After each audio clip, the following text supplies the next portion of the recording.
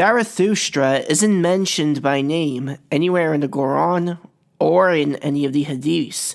The Quran only says that a prophet had been sent to every nation except for Arabia to guide the masses towards the right path, worship the one true God, and shun false teachings and gods, and that all those nations received their own scriptures and traditions in their own languages that were authoritative and credible to their own national ego and ethnic consciousness.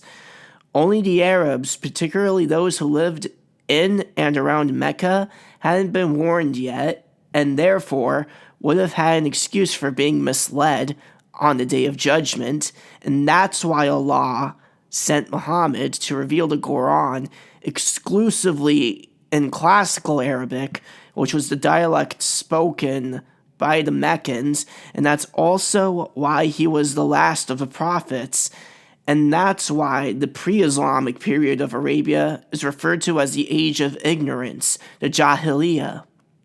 The Zoroastrians aren't one of the peoples of the book. That title is reserved exclusively for the other two main Abrahamic communities, the Jews and the Christians. So when we say that Islamic rulers were generally tolerant towards their Zoroastrian subjects, we need to define tolerance, because there's a pretty huge difference between abiding by the Quranic principles that you find in the Surah Al-Kafirun, for instance, to you be your religion and to me be my religion, versus actually seeing them as first-class citizens. They didn't want them to convert because they already had their own prophet and their own scripture expressed through their own culture and language, the Quranic one. Therefore, they allowed us, back when most of us were still pagans, to continue our own religion and traditions mostly instead. So yes, they were tolerant of us.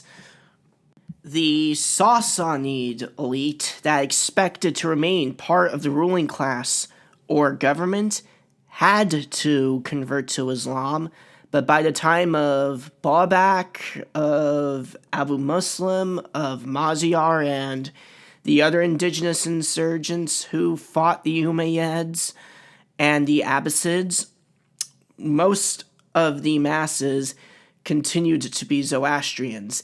The Arabs called us Majusis, which is the Arabic word for Magi, a pejorative word for Zoroastrian, even though we embraced Islam. So yeah, the Umayyads and the Abbasids and subsequent Turkic and Mongolian dynasties weren't intolerant of Zoroastrians, but they didn't think that they were the coolest either.